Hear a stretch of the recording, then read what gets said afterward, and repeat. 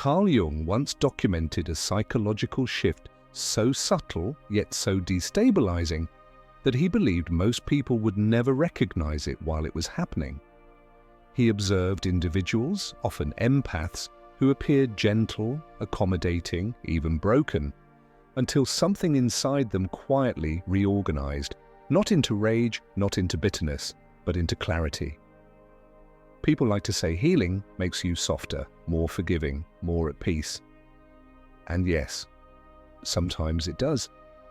But Jung noticed something deeper, something far less comforting to those who relied on your softness.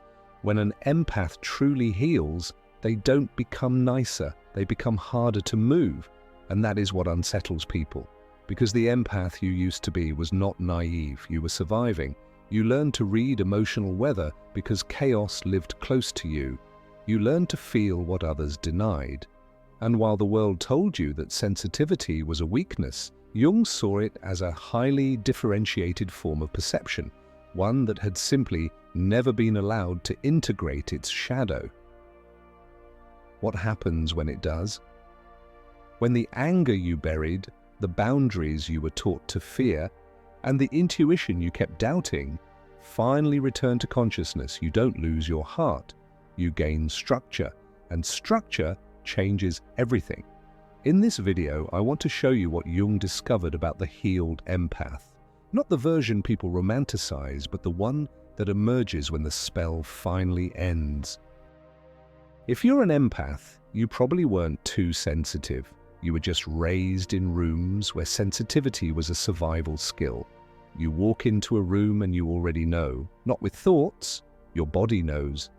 You can feel who's irritated, who's performing, who's waiting for you to smooth things over.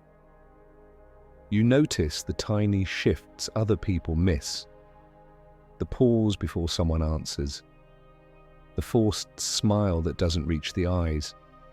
The heaviness in the air that everyone pretends isn't there. Most people call that intuition. Empaths know it's something else. It's vigilance that became a personality. And Jung saw this pattern in case after case. People who looked gentle, agreeable, easy to be around, but who were quietly carrying an entire system on their backs. Not because they were weak, because they were built, trained, conditioned to absorb impact. The gift didn't come from light, it came from environments where you had to read the room to stay safe. A parent whose rage could ignite without warning. A household where depression wasn't spoken, but it filled every corner. A relationship where silence was not peace, it was punishment. When you grow up inside that kind of atmosphere, your nervous system adapts. It becomes finely tuned to emotional frequency. You don't just hear words, you track what's underneath the words. You learn to pick up on what's denied, what's hidden, what's about to spill. Jung called this unconscious participation. The moment you stop being a person in your own life and start becoming a container for other people's inner world. Their tension enters you. Their shame finds a home in you. Their denied pain uses you like a storage unit. And here's the disturbing part. Because you can feel it, you start to believe it's yours to manage. That's how empathy becomes self-abandonment without you noticing. You say yes when your body is saying no, because no feels dangerous. You tell yourself you're being kind, but the truth is you're avoiding consequences you were trained to fear: rejection, anger, withdrawal, the cold distance that tells you you've done something wrong. You become an expert in keeping things fine. You learn how to phrase your needs so they sound smaller than they are. You learn to explain yourself before anyone accuses you, because being misunderstood has always been painful for you. And slowly you begin living as what Jung might call an emotional shock absorber. You take the hit so the room can stay calm. You take the blame so the relationship can stay intact. You take responsibility for feelings that never belong to you. From the outside, it can look like love. It can look like loyalty. It can look like spiritual maturity. But inside, something else is happening. You start confusing empathy with carrying. You think understanding someone's wounds means you must endure their behavior. You mistake your ability to feel people deeply as a sign that it's your job to save them. And because you can explain them, because you can map their pain so clearly, you keep overriding your own alarm system. This is what Jung meant when he warned that what you deny doesn't vanish. It goes into the shadow. For many empaths, the shadow isn't cruelty. It's the parts of you were trained to label as selfish, anger, boundaries, the right to leave, the ability to disappoint someone and still stand in your own truth. So you push those parts down. You become easy. You become the one who understands. You become the one who apologizes for existing. And after a while, you don't even realize how much you've edited yourself. Your needs start to feel like inconveniences. Rest starts to feel like guilt. Saying no starts to feel like you're hurting people, even when you're simply protecting your own energy. This is why unhealed empaths are so valuable to the wrong people. Not because they're stupid, not because they're naive, because they're predictable in the most exploitable way. They'll keep translating cruelty into stress. They'll keep calling disrespect a misunderstanding. And they'll do it with a calm face so nobody sees the cost, because the cost isn't always dramatic. It's quieter than that. It's the slow disappearance of the real you. You stop trusting what your body is telling you. You stop honoring the moment you feel drained and call it being too sensitive. You stay emotionally available while your inner world goes numb, not from lack of feeling, but from carrying too much feeling that wasn't yours to carry. That's why I'm going to say this clearly, because it may be the first time you've heard it this way. Unhealed empathy doesn't look like love. It looks like disappearing quietly so everyone else can stay comfortable. And if you recognize yourself here, don't shame yourself. This was never a character flaw. It was a survival adaptation that kept working long after the danger was gone. But survival has a limit. And then something happens, usually not gentle. Something that forces the empath to finally see. The breaking point isn't when you lose your mind, it's when you stop negotiating with reality. Most people imagine an empath's breaking point as something loud, tears, rage, a dramatic exit. They expect the collapse to look like chaos because the empath has carried chaos for so long. But Jung noticed something colder than that. In many cases, the moment the spell ends doesn't arrive as a breakdown. It arrives as a kind of stillness, a silence that isn't submission anymore, a quiet that finally belongs to you. Let me tell you a case story. There's a woman, let's call her Elena. She's the one everyone calls when something goes wrong. The one who remembers birthdays, keeps the peace at family dinners, checks in on people who never check in on her. In her relationship, she has been understanding for years, too understanding. She has translated inconsistency into stress. She has interpreted distance as he's overwhelmed. She has made excuses on his behalf before he even opened his mouth. And the strange part is, Elena is not unaware. She notices everything. She notices how he becomes affectionate right after he's hurtful, like sweetness is meant to erase the bruise. She notices the way her body tightens when his phone flips over on the table, screen down. She notices how she feels after certain conversations, drained, smaller, slightly ashamed for having needs. She notices. Then she talks herself out of noticing, because when you're an empath, denial doesn't look like ignorance. It looks like compassion used as anesthesia.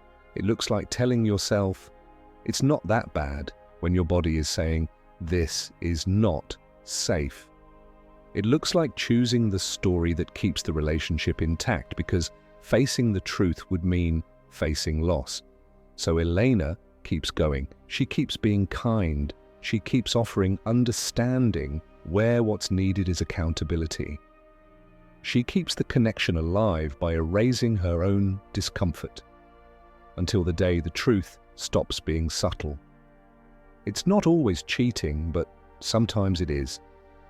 Sometimes it's money.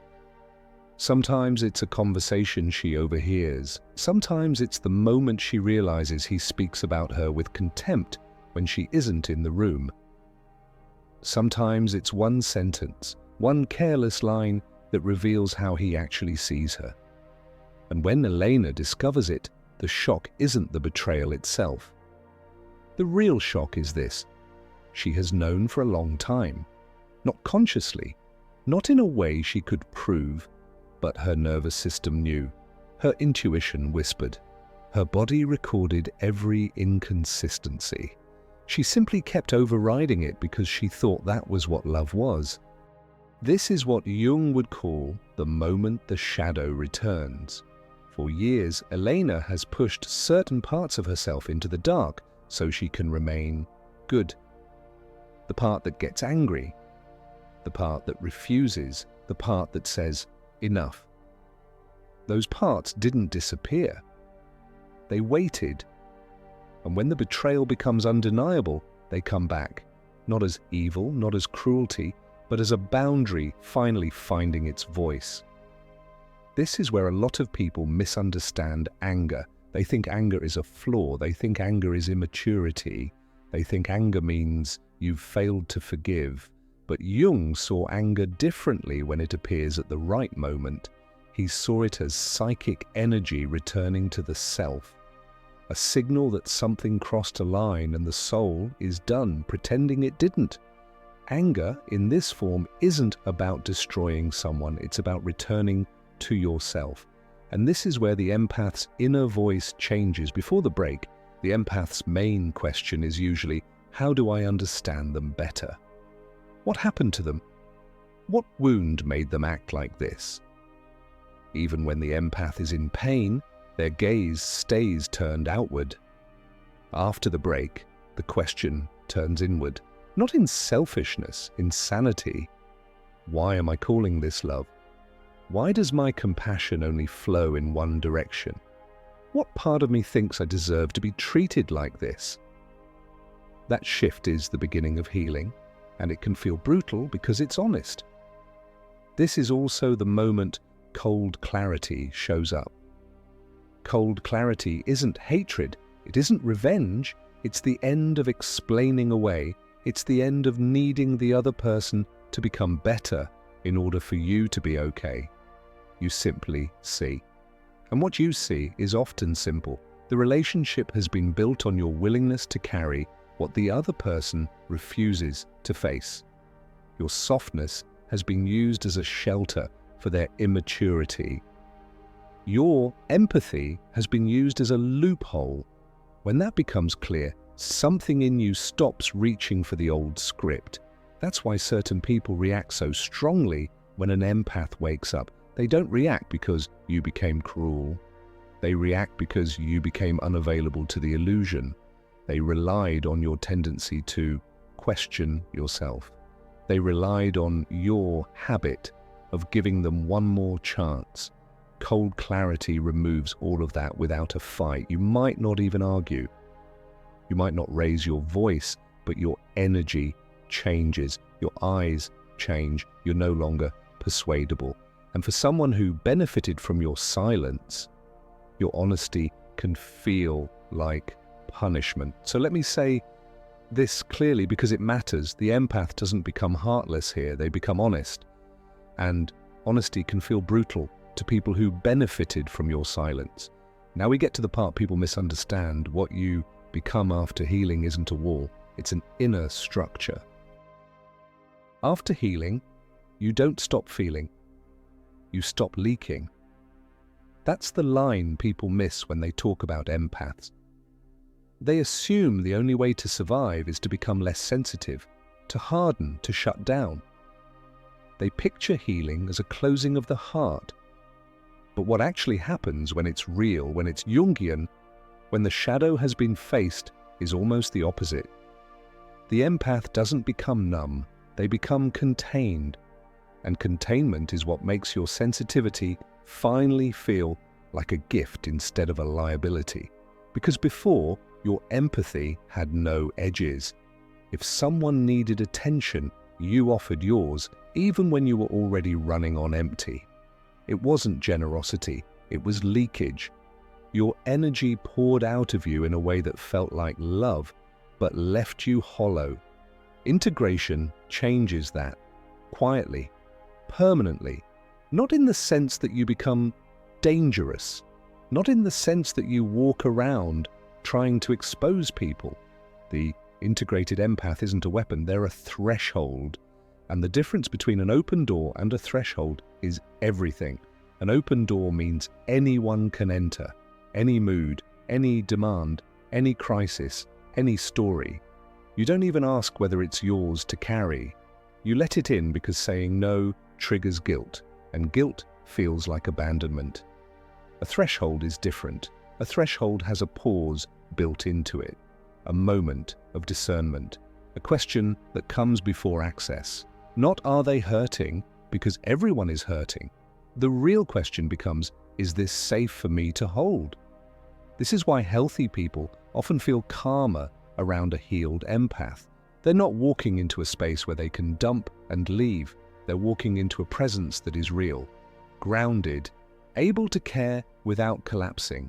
It feels steady, and steadiness is deeply soothing to anyone who isn't trying to extract from you. But for manipulators, a threshold feels like a closed gate. They can sense it. They don't always know why, but they feel that the old tactics don't land. The urgency doesn't hook you, the guilt doesn't stick. The sob story doesn't automatically open your heart. You listen, yes, but you're not pulled into the emotional undertow. And here's what makes this so powerful. You don't have to announce your boundaries. You don't have to give a speech. You don't have to argue your way into being respected. Your energy has an edge now. Not a sharp edge that cuts people, a clear edge that defines what belongs to you. That's the first transformation. Then something else shifts, and this one is even quieter. You start trusting what you perceive without needing to prove it. The old empath often lived in a courtroom inside their mind. Every instinct had to be argued down. Every red flag had to be fair. Every uncomfortable feeling had to be backed by evidence before it was allowed to count. You didn't trust your perception because you were trained not to. You were told you were overreacting, too sensitive, reading into things, making problems. So you learned to doubt yourself even when your body was speaking in a language that had never lied to you. After integration, the courtroom closes, not because you stop thinking, because you stop negotiating with what you already know. You don't need to convince anyone that something feels off. You don't need the other person to admit it. You simply adjust your distance. This is one of the most misunderstood signs of healing. People will call it cold. They'll accuse you of being judgmental. They'll say you've changed, and you have. But the change isn't a lack of love. It's a new loyalty. You're loyal to reality now. You're loyal to your body. You're loyal to the truth you used to abandon just to keep the peace. And this is where this survival database comes in, but not in a dramatic way. If you've spent years reading rooms, reading faces, reading tone shifts, you've been collecting data whether you meant to or not. You've watched patterns repeat. You've watched how charm shows up right before a boundary gets crossed. You've watched how apologies get used as reset buttons instead of repairs. You've seen how certain people become kind only when they're afraid of losing access. The unhealed empath collects all of this and then talks themselves out of it. They use empathy to edit the truth. The healed empath doesn't do that anymore, not because they're suspicious of everyone, because they've stopped lying to themselves. You simply become more selective with your presence, which leads to the third transformation. And this one is where Jung's idea of moral courage matters. You stop being nice and you become truly kind. Nice is fear-based. It's the performance of goodness. It's keeping things smooth so nobody gets upset, even if you're the one paying the price. Nice often smiles while it's being wounded. True kindness is different. It doesn't aim to be liked, it aims to be honest. It can hold compassion without enabling dysfunction. It can say, I care about you, and still refuse access to you. That is not cruelty, that is integrity. Jung understood that a person becomes whole when they integrate opposites, softness and strength, compassion and discernment, love and limits.